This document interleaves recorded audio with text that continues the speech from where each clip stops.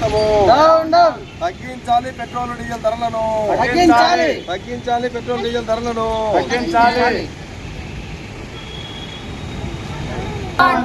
Petrol diesel అదుపు చేయలేని BJP ప్రభుత్వము ప్రజలపై భారాలు వేస్తున్న కేంద్ర ప్రభుత్వము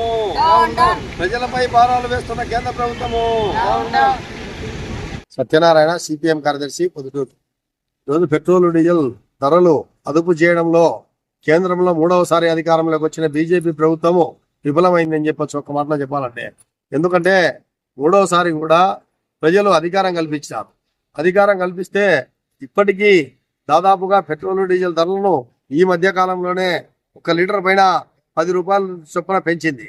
అంటే క్రూడ్ ఆయిల్ ధరలేమో రేట్లు దాదాపు 15 ఏళ్ల కిందట ఉన్న రేట్లు క్రూడ్ ఆయిల్ ధరలు ఉన్నాయి.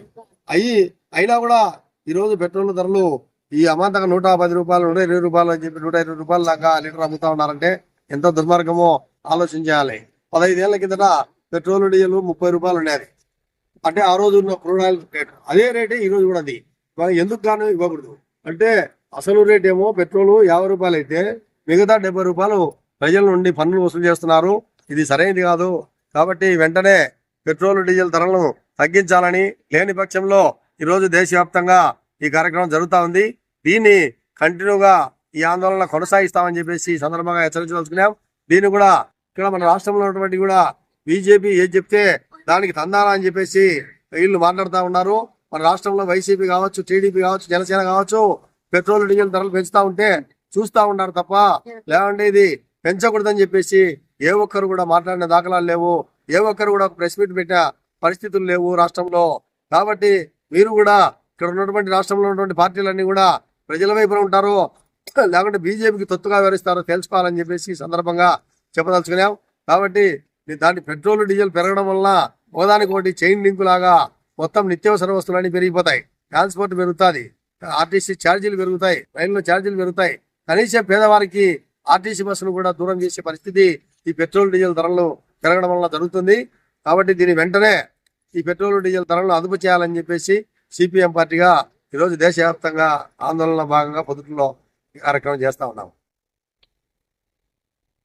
రోజు రోజుకు దేశంలో ధరలు అనేది విపరీతంగా పెరిగిపోతున్నాయి. మొన్నటి వరకు గ్యాస్ ధరలు నెత్తిన భారంగా మారిపోయి అవస్థలు పడుతూ ఉంటే అంతలోనే మళ్ళా పెట్రోల్ డీజిల్ అనేది పెరుగుతా పోవడము ఇది చాలా అన్యాయము. పెంచడము మీ హక్కు అన్నట్టుగా పెంచుతా పోతున్నారు. కానీ ప్రజలకు అది ఎంత భారం అనేది ప్రభుత్వాలు తెలుసుకోకుండా ఉన్నారు.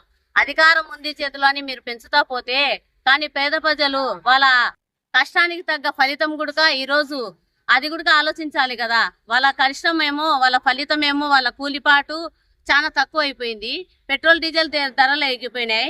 ఆ పెట్రోల్ డీజిల్ పెంచడం వల్ల పేద ప్రజలు పనులకు పోయేదానికి వాళ్ళకి ఆటోల ఛార్జీలకు, రవాణా ఛార్జీలకు వాళ్ళకు ఎక్కువ అవుతుంది. వాళ్ళకి తలభారానికి మితిమీరిపోయింది.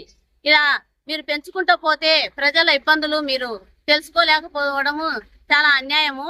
ప్రజలను దృష్టిలో పెట్టుకొని అధికారులు గాని, రాజకీయ నాయకులు గాని, ప్రభుత్వము ఇప్పటికైనా గాని మీరు ప్రజలను దృష్టిలో పెట్టుకొని వాళ్ళ సమస్యలను కూడా దృష్టిలో పెట్టుకొని వాళ్ళ సమస్యలకు పరిష్కారం చూసి అది తగ్గించే మార్గం చూడండి.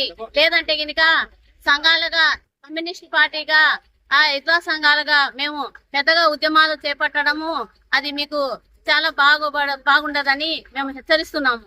రోడ్లేకి ఈ మైన నినాదాలు చేస్తూ ఆందోళన కార్యక్రమాలు చేస్తున్నా కూడా మీకు చీమ కుట్టినట్టు కూడా లేదు. ఇది